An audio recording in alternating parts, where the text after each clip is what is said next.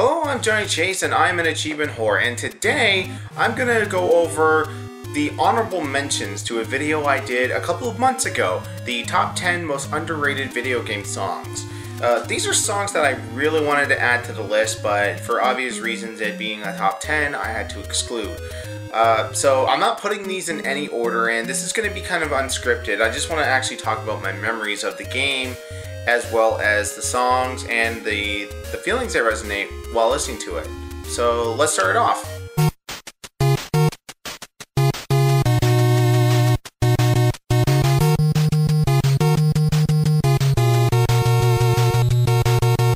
Final boss music for Double Dragon 2. Now, I included this on the list, but I had to take it off the number 10 spot for Battletoads Double Dragon, the opening theme. Mainly because I was following the ScrewAttack.com's rule of one game per franchise, and even though Battletoads and Double Dragon, it's a team up, Battletoads and Double Dragon I kind of consider their own franchise, so I couldn't put it in.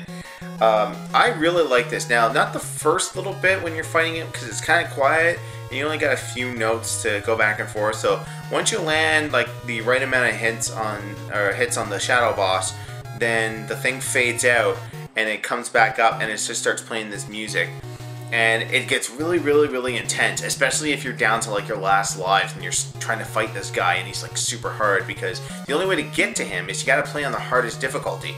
If you play on like, the lowest or the medium, you only get to a certain amount of levels, and it's like, thanks for making it this far, try again on the harder difficulty.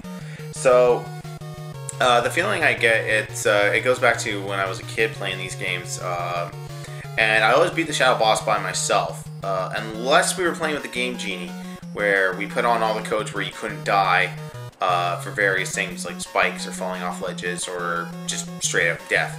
So very rarely would I ever beat it on 2-player mode, but the odd chance what I would do is I would play on single player, and I think everyone's done this trick where you put it on game mode B, you clear off the first wave of enemies, then you kill your brother, stealing his lives like Jet Li in the 1, and then you have 7 lives, and then you start playing through the entire game, because you gotta do it all in one shot. There's no continues in this game. But yeah, that was just a fantastic final boss fight music, and I really like the OC remixes for this song.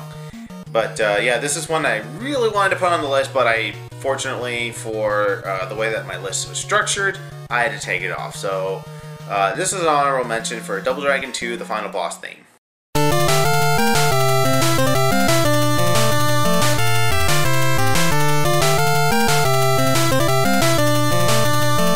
Mega Man 9, Dr. Wily's Castle. Now I'm actually thinking more of the first stage, but the rest of them are really good. And if I really wanted to cheat, I would just say Mega Man 9, period. I think that soundtrack is extremely overrated because, underrated, is that it's such a good soundtrack. I mean, when we first heard the announcement years ago that, hey, we're gonna make a new Mega Man game, and we're going back to the old NES 8-bit sprites, but it's gonna be on next-gen consoles, like, people were intrigued, and like the soundtrack was just perfect. I mean, I had to think about it real quick. I listened to the entire soundtrack before making this video, and I'm hard-pressed to find a track on there that I don't like, that I think is just, okay, this doesn't fit here. But if there was ever a song, if there was ever a new title, a new song to be made for Mega Man that would rival Mega Man 2 Dr. Wily's theme, the first 2 stages, I think it would be the first one, because it really gets intense. Like, you just cleared off the 8 Robot Masters and you realize for the 9th time, oh my god, Dr. Wily's evil! He was all behind this. Let's go to the castle and finish him off. Yeah, I mean, that was like that song that it really gets you in the mood to go kick Wily's ass. The other ones do too, but I think in the second and third parts though, they kind of tone it down. But the first part, man, that gets you really into the fight. I can tell you one soundtrack or one song that's not going to be made on this list, and that's Mega Man 10. God help me, that soundtrack was horrible. Like, I didn't find a tune. The only tune I liked was halfway through the first stage of Dr. Wily. It starts picking up after you've cleared off the first holographic robot masters. But yeah, Mega Man 9, Dr. Wily's Castle, not quite as good as Mega Man 2's Dr. Wily Castle, but a good contender in my book.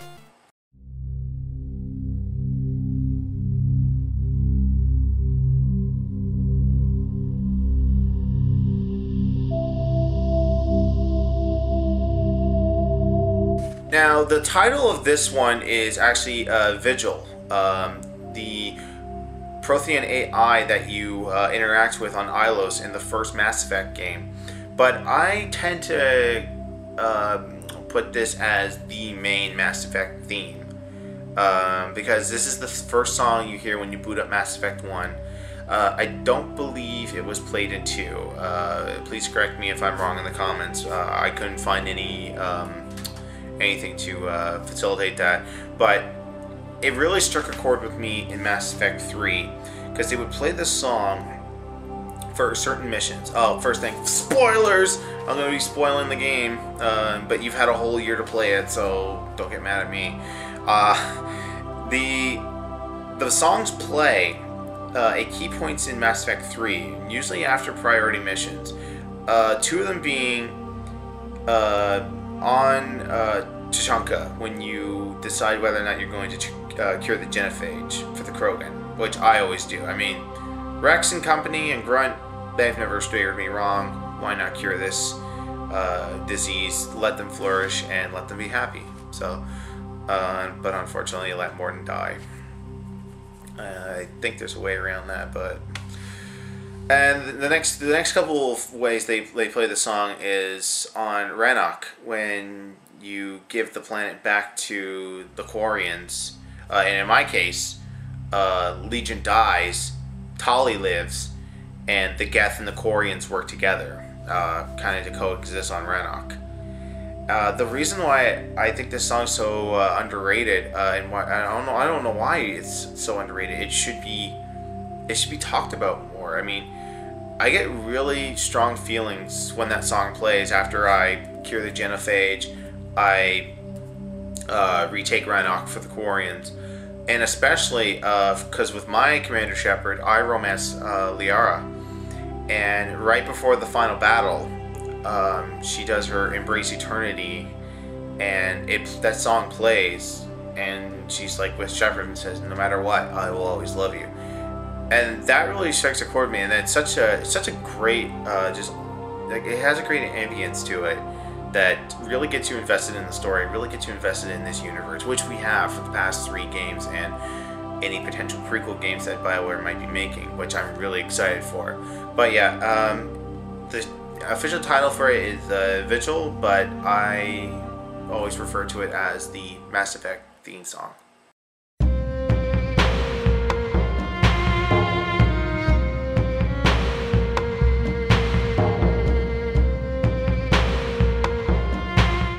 Melt-Gay Gazette from Final Fantasy X.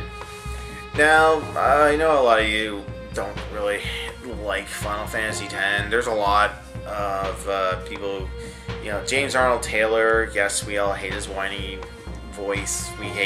A lot of us hate Tidus. I mean, I can't stand Tidus. The game the Final Fantasy X is centered around Yuna, and that is her story. It's not his story. He's a dream of the faith or something. I mean, whatever. But that's neither here nor there. We're not talking about the game, we're talking about the music. And Nobuo Uematsu, again, knocks it out of the park. He makes this great score. I think it's just like the string work. It's when you get to Melt-Gay Gazette, the home of the Ronsos, the home of Kimahri. And it's so different from what you've been listening to this whole time. There's no chorus in it. I mean, it's not the hymn of the faith. It's not all like the seaside towny villages or the mysterious caverns and forests that you're traversing through, or the sands on your way through Yuna's pilgrimage. When you get here, I really dig this tune. I always kind of find myself I want to hang around Metal Gear Gazette for this tune. And I was really upset when in the first bit of Final Fantasy X-2 they don't kind of keep this track going. I know they had to make all new original music for that game, but I mean, all the J-popping music, I mean, don't get me wrong, some of the music in Final Fantasy X-2 is good, but I was hoping that they would just keep that same type of string work with like the violins and the bass and all that in Final Fantasy X-2 when you're racing for the sphere. But yeah, Final Fantasy X, Metal Gear Gazette, I usually just stick around there just to listen to the music before, you know, Mr. Seymour slaughters the entire race. Sorry, guys.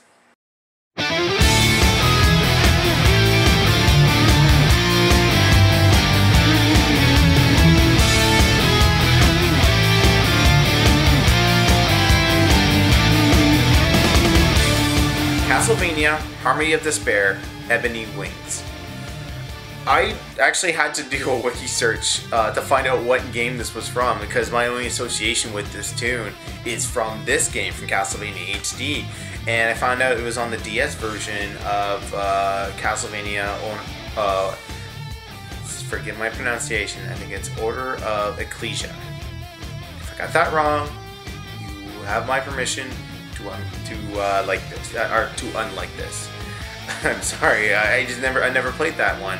I never owned a DS long enough to play any of the Castlevania games, which I really need to get back onto. But all the songs, I love mostly all the remixes for Castlevania HD and Final Fantasy. We already talked about Final Fantasy. We're talking about Castlevania now. Ebony Wings is just phenomenal. Like I listened to the original and then I listened to this one. This one I like more because it's just like the electric guitar. I mean, there's electric guitars through all the tunes in the game, but I just love how they remixed this song for the game. I love mostly all the remixes for the for HD, minus Illusionary Dance, the final boss music for Dracula.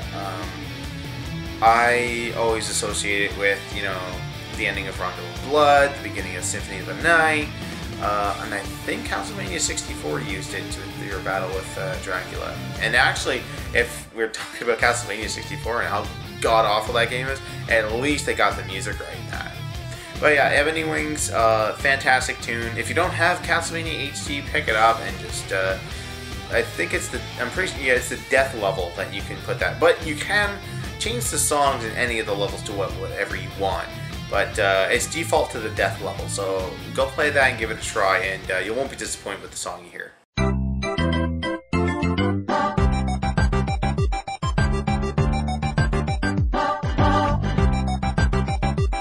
And the final honorable mention is the new Super Mario Bros. Theme. The essential theme that has started since New Super Mario Bros. On the DS and is transferred over to New Super Mario Bros. Wii, New Super Mario Bros. 2, and I'm pretty sure this tune will be in New Super Mario Bros. U when it gets released in a couple of months.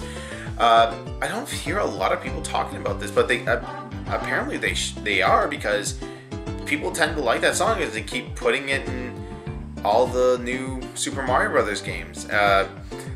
Trying to come up with a new piece of music for a classic franchise like that is not easy. I mean, look at the Sonic games. I mean, they try to create original music for each title.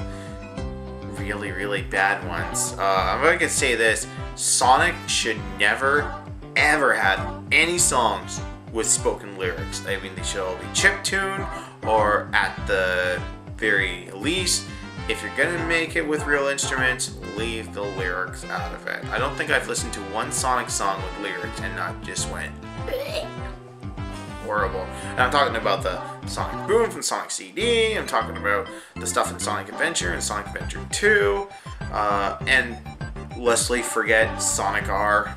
God, every song on that was horrible. But yeah, I mean, it's really hard to come up with a new tune for a video game franchise as old as Mario. I mean, Mario is like 25 years old at this point. It's really hard to come up with a new piece of music that's going to be memorable, and I think this one is very memorable. But not as memorable because not a lot of people talk about it or how great it is. I really like this tune. I hate the remix that they made for Super Smash Bros. Brawl, one of the songs you can unlock for the Mario levels. I really dislike that remix. It changes way too much. The original on the DS is probably my favorite. So those are all my runner-ups and honorable mentions. Before I go, I just want to say that this is the busy season for brand new video games. So as far as brand new episodes of the Achievement Hunt goes, you're going to see less of them. If not, you're probably not going to see a new episode until after Christmas, because this is the time where I just want to kick back, relax, play some new video games. I mean, I want to play Borderlands 2. I'm starting up Transformers Fall Cybertron. And also, the month of October is a themed stream month on my Twitch channel, where I'm playing a bunch of horror games, or anything horror related. So like your Castlevanias, your Resident Evils. I don't even think I have any other horror games, but yeah, I'm going to be streaming almost every day in October. The last weekend is reserved for my con, but that's my list. That's what I'm up to for the next few months, so I hope you enjoyed it. I'm Johnny Chase, the Achievement Whore, and I've got a lot of games to play in the next few months, so I'll see you next time.